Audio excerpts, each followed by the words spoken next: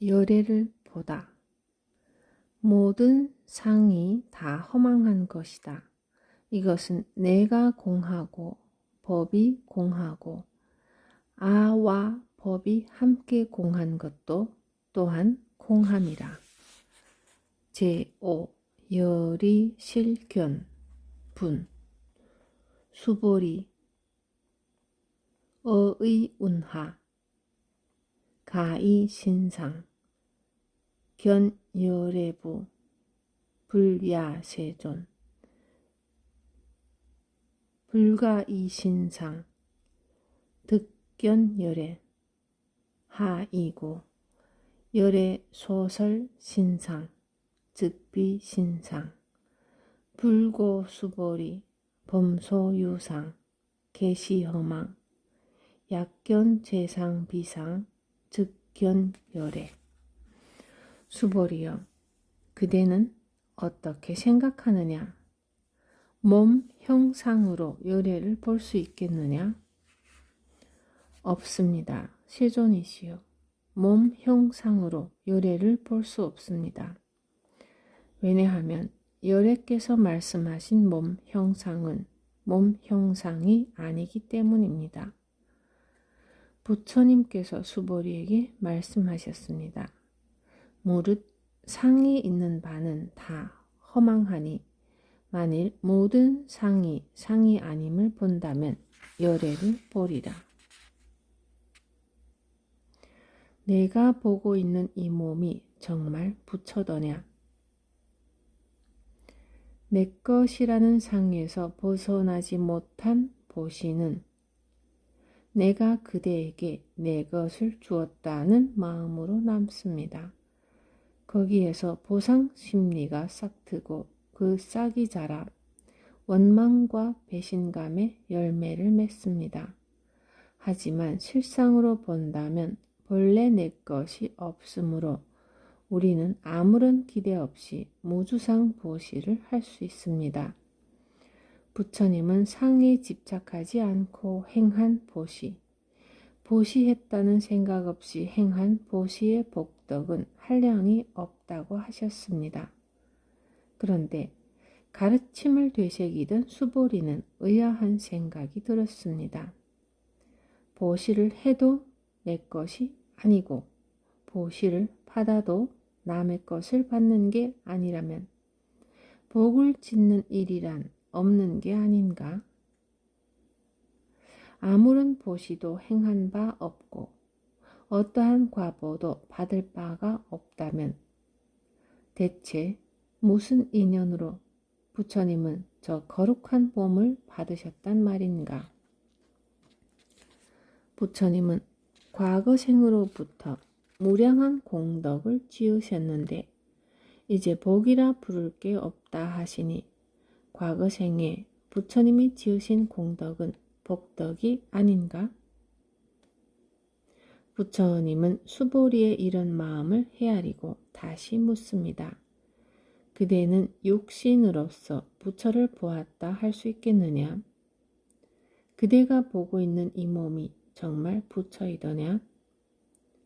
그러자 수보리는 깜짝 놀라서 정신을 차립니다. 그리고 붓다는 육신이 아니라 깨달음의 지혜임을 되새깁니다.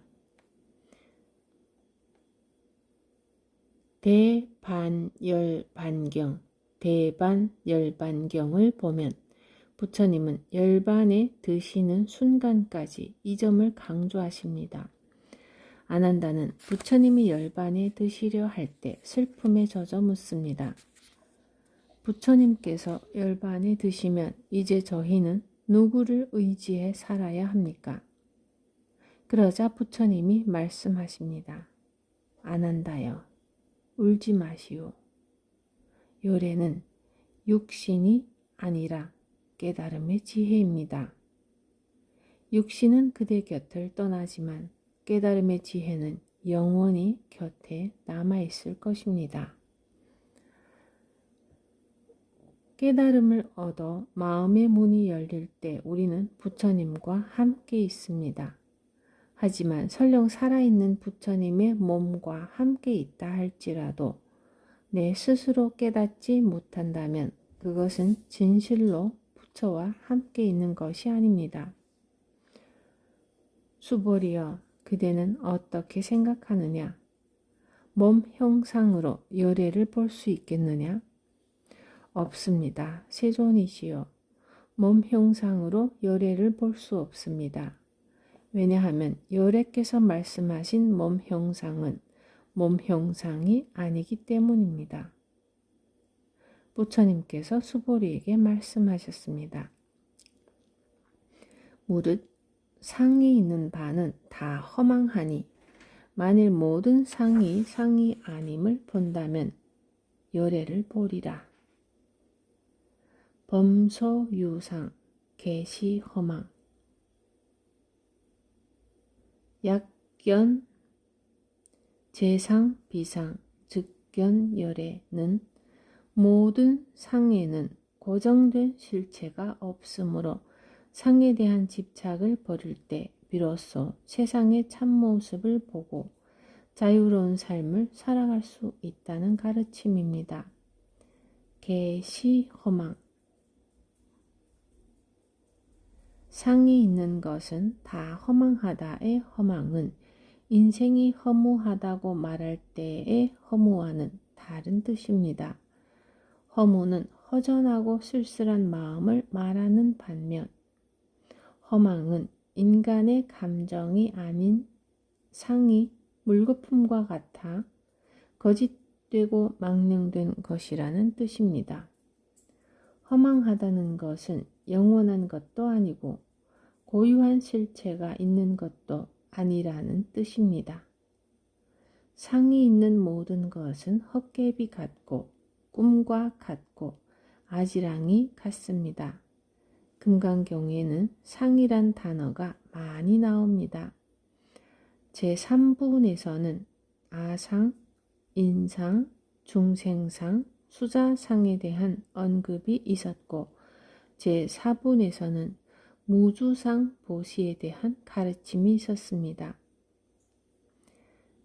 그런데 3, 4분과 여기 5분의 상은 한자로 모양 상자를 사용하지만 그 의미는 조금씩 다릅니다. 산스크리트어 원본에 각각 낱말로 쓰여 있는 것을 구마라습 대사가 번역하면서 모양상으로 정리한 것입니다. 제3분의 상은 생각이라는 뜻에 가깝고 제5분의 상은 몸의 특징에서부터 기대감이나 고정관념까지의 넓은 개념입니다. 하지만 마음으로 그린 모양이든 바깥에 있는 대상이든 하나의 고정된 모양이라는 점에서는 같은 맥락이므로 상으로 통일해 놓은 것으로 보입니다. 상이 허망함을 깨쳐야 우주는 성주 괴공하고 육신은 생로병사하며 생각은 생주이멸합니다. 이 어느 것도 영원하거나 고정된 실체는 없습니다. 모든 존재는 무상이며 무아입니다. 하지만 그러한 진리를 외면하고 내가 지금 지향하는 목표, 지금 내 삶의 기준, 지금 내 눈에 그럴듯해 보이는 형상이 마치 불변의 최고 가치인 양 매달려 살아가는 게 사람들의 삶입니다. 이렇게 삶에 집착하면 괴로움의 씨앗이 뿌려져 그 누구도 과보를 피하지 못합니다. 상이 허망함을 깨치고 모든 형상의 집착을 뛰어넘어야만 부처의 도리를 알고 자유와 행복의 참맛을 볼 수 있습니다. 주변을 돌아보십시오. 사람들은 언젠가는 행복이 손에 잡히기를 바라며 여기저기 바람과 기대의 씨앗을 심고 있습니다. 대학만 진학하면, 취직만 하면, 결혼만 하면 행복이 올 것 같습니다. 쥐약이 든 음식을 눈앞에 둔 쥐는 그 맛있는 냄새에 현혹되어 서로 먹으려고 다툽니다. 그 음식이 결국에는 죽음에 이르는 독약임을 모릅니다. 상이 허망함을 깨치지 못하는 한 인간의 삶 역시 독약이 든 음식을 놓고 경쟁하는 쥐와 다를 바 없습니다. 누구도 빼앗아갈 수 없는 행복은 겉복이나 물질로 얻어지는 게 아닙니다. 이 세상 누구도 부럽지 않은 마음의 풍요로움으로 이루어집니다. 물질에 대한 탐욕이 크면 클수록 마음은 더 큰 공허감에 시달리게 됩니다. 허망한 상에 더 많이 이끌린다는 것은 그만큼 고뇌의 씨앗을 더 많이 심고 있다는 말이기 때문입니다. 내 인생의 어떠한 번뇌와 괴로움도 나와 무관하게 하늘에서 뚝 떨어지는 법은 없습니다. 어리석은 이는 하늘을 보며 한탄하지만 현명한 사람이라면 자신의 마음과 행위를 돌아봅니다. 사라져버릴 내 몸을 보았다 한들 부처님의 제자 가운데 박할리라는 비구가 있습니다. 그는 몹시 중한 병에 걸려 죽게 되자 자기를 돌봐주던 수행승들에게 부탁했습니다. 나를 위해 세존이 있는 곳으로 가주시오. 그리고 세존께 나를 대신해 존귀하신 스승이시여. 비구 박할리는 병을 앓고 있는데 매우 중태이므로 고통을 이기지 못하고 있습니다. 저 박할리는 세존의 발에 머리를 조아려서 절을 올립니다. 라고 예를 올려주시오. 그리고 존귀하신 스승이시여, 부디 세존께서는 측은한 마음으로 비구 박할리의 병석을 한번 다녀가 주시지 않으시렵니까? 하고 여쭈어 주기 바라오. 그러자 비구들은 부처님을 찾아가 박할리의 말을 전했고 부처님은 박할리가 있는 곳으로 병문안을 가셨습니다. 박할리는 부처님이 오시는 것을 보고 기뻐하며 자리에서 일어나 앉으려고 했고 그러자 부처님은 말씀하셨습니다. 그대는 침대에서 일어나지 마십시오. 여기에 자리가 마련되어 있으니 나는 이곳에 앉겠습니다. 그러고 나서 박할리에게 물었습니다. 그대는 견딜만 한가요? 기력은 어떠한가요? 존귀하신 스승님이시여, 저는 견딜 수 없습니다. 기력이 하나도 없습니다. 고통은 더 심해지고 좀처럼 나아지지 않습니다. 박할리여, 뭔가 미련이 남거나 후회스러운 일은 없습니까? 계율에 비추어 양심의 가책을 느낄 일은 없습니다. 하지만 스승님, 저는 오랫동안 부처님을 뵈러 찾아다녔는데 이제 더 이상 부처님을 뵙고 법을 구할 시간이 없습니다. 그것이 안타깝습니다. 그러자 부처님은 박할리에게 말씀하셨습니다. 그대가 사라져버릴 내 몸을 보았다 한들 대체 그것이 뭐란 말입니까? 박할리여, 사물의 참다움을 보는 자는 나를 볼 것이요. 나를 보는 자는 사물의 참다움을 보는 것입니다. 박할리는 부처님의 말씀에 깨달음을 얻어 마침내 환희의 웃음을 지으며 숨을 거두었습니다. 부처님은 부처라는 상을 만들고 거기에 집착하는 제자를 그 상을 깨뜨리고 완전한 열반에 들게 해주셨습니다. 제자가 당신을 우러르고 법을 추앙하기를 바랐던 게 아니라 법을 깨달아 자유로워지기를 원했습니다. 그래서 부처님을 경배하며 의지하려는 제자의 마음을 칼로 베듯이 잘라버리고 죽음을 코앞에 둔 마지막 순간까지 자기 삶의 주인이 되라고 일깨워 주신 것입니다. 무릇 형상이 있는 것은 다 허망하니 거룩한 부처님의 모습도 예외가 아닙니다.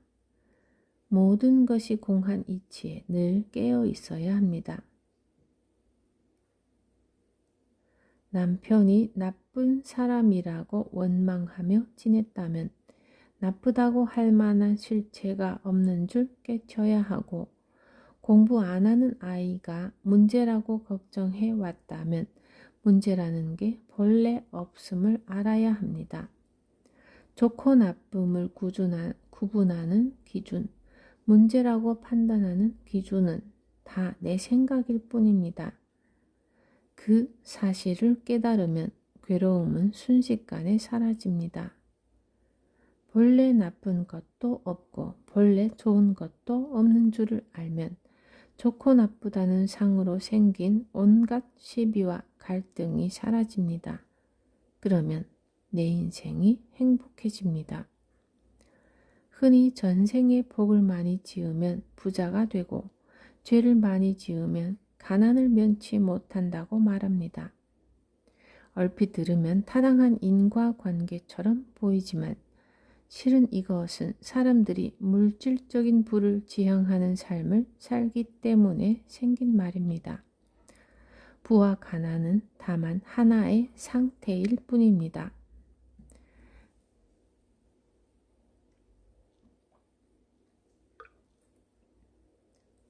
이런 식의 전생업보설은 유사일에 지배층의 논리로 이용되어 왔습니다.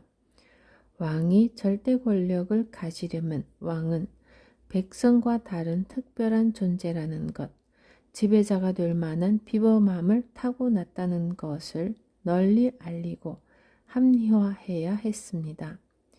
왕이 된 것은 전생에 선한 일을 많이 했기 때문이고, 노예로 사는 것은 전생에 악한 일을 많이 했기 때문이라는 식입니다. 신분과 계급차별이 존재하는 이유가 전생의 업보 때문이라는 생각을 확산시킴으로써 지배와 피지배 계급의 관계를 합리화시키고 심화시켜 나갔습니다. 그러나 부처님은 그것이 사실이 아님을 명확하게 말씀하십니다. 세상에 존재하는 만물은 서로 다를 뿐입니다. 그 차이를 차별로 왜곡하는 건 바로 오랫동안 길들여진 우리의 잘못된 가치관 때문입니다. 인간은 누구나 존엄한 존재입니다. 그러므로 내가 어떻게 태어났든 어떠한 몸을 가졌든 남자든 여자든 피부빛이 어떻든 그대로 존중되어야 합니다. 누구나 다 부처가 될 수 있습니다. 그러므로 몸의 형상으로는 결코 열애를 볼 수 없습니다. 안경을 벗고 세상을 보다. 젊은 시절 경주 포교당에 있을 때의 일입니다. 어느 날 사시예불을 드리고 있는데 누군가 법당 문을 마구 두드려댔습니다. 가볍게 똑똑 두드리는 게 아니라 문을 때려 부수듯이 두드려대는 것이었습니다. 그만 두드리겠지 하며 기도를 계속하는데 문 두드리는 소리는 영 그칠 기미가 없었습니다. 아무래도 아이들이 장난을 치는구나 싶어서 더 이상 참지 못하고 일어나 열었습니다. 그런데 문 앞에는 뜻밖에도 한쪽 다리와 손이 없는 상의군인 남자가 잔뜩 부은 얼굴로 서 있었습니다. 그 남자를 보는 순간 돈을 얻으러 왔구나 하고 생각했습니다. 그래서 지금 기도 중이니 잠깐만 기다리라고 해놓고는 다시 돌아와 예불을 계속했습니다. 그러자 그는 아까보다 더 세차게 문을 두드려댔습니다. 저는 다시 나가 퉁명스러운 목소리로 말했습니다. 아니, 보시다시피 제가 지금 바쁘지 않습니까? 좀 기다려 주세요. 당신만 바빠? 나도 바빠. 아무리 바쁘시더라도 제가 예불 중이잖아요. 또 지금 돈을 가지고 있지 않아요. 예불 마치고 요사에 가서 돈을 가져와야 드릴 수 있습니다.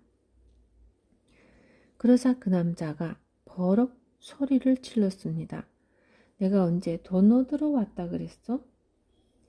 그제야 저는 아차 싶었습니다. 그러고 보니 그때까지 남자에게 찾아온 이유를 묻지 않았던 겁니다. 그저 그의 겉모습만 보고 동량 얻으러 온 사람이라고 판단해 버렸던 것이죠. 그러면 여기에 왜 오셨나요? 나 중되려고 왔소.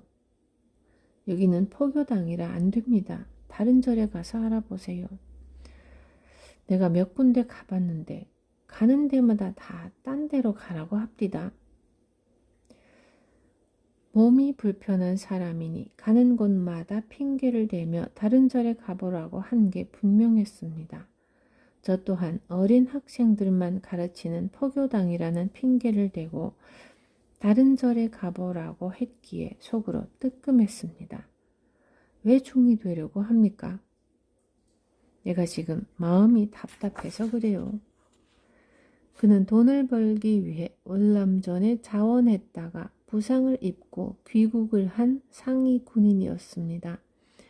집으로 돌아온 뒤에는 얼마 되지 않는 연금으로 생계를 꾸려가기가 어려워 부인이 보따리 장사를 하게 되었다고 합니다. 그런데 부인이 장사를 하느라 늦게 들어오는 날이 잦아지자 부인을 의심하기 시작하는 마음이 생겼습니다. 내 몸이 이러니까 나를 무시하는구나 하는 생각에 분하고 억울했습니다. 그러다 보니 술주정을 하게 되었고 부인을 때리는 지경에까지 이르렀습니다. 가정은 점점 엉망이 되어갔고 부인은 집을 나갔다가 아이들 생각에 다시 돌아오기를 반복하는 상황이었습니다. 그런 식으로 몇 년을 살다 보니 이건 도저히 사람 할 짓이 아니라는 생각이 들었다고 합니다. 죽어보려고도 했지만 차마 그러지도 못하고 그래서 중이 되기로 마음을 먹었다는 것입니다.